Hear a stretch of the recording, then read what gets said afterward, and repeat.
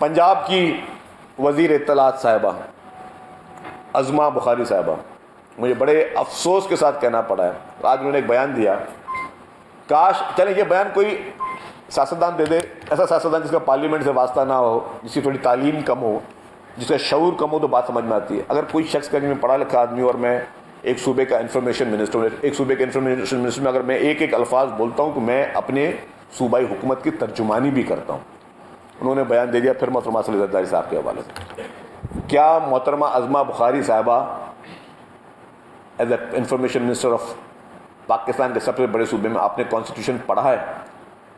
آپ کو کانسٹیٹیوشن پڑھنے آتا ہے؟ کانسٹیٹیوشن میں کہاں لکھا ہوا ہے کہ کوئی بھی اپروول پریزیڈنٹ کے پاس جاتا ہے؟ کانسٹیٹیوشن میں کہاں جاتا ہے؟ اگر آپ کی فیڈرل حکومت نے بھیجا ہے تو پھر بہت بڑی نااہلی کی ہے۔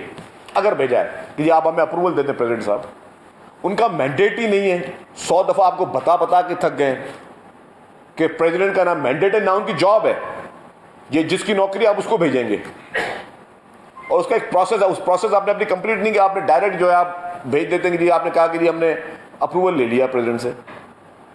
تو وہ اگر اپروول کے ڈاکیومنٹس ہیں آپ کے پاس، آپ میٹنگ کے فیبریکیٹڈ منٹس کو کہیں پہ لا سکتے ہیں۔ اور اگر میرا کسی بارے میں آپ نے رائے لینی ہے نا، تو میری رائے میں دوں گا، میرے ڈپارٹمنٹ کا کوئی آفیسر نہیں دے سکتا، میرے خیالات کا اظہار صرف میں ہی کر سکتا ہوں۔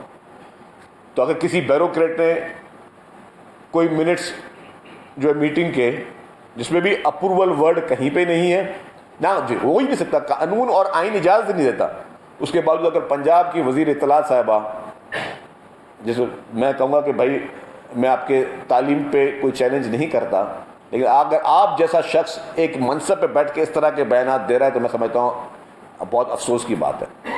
اور میں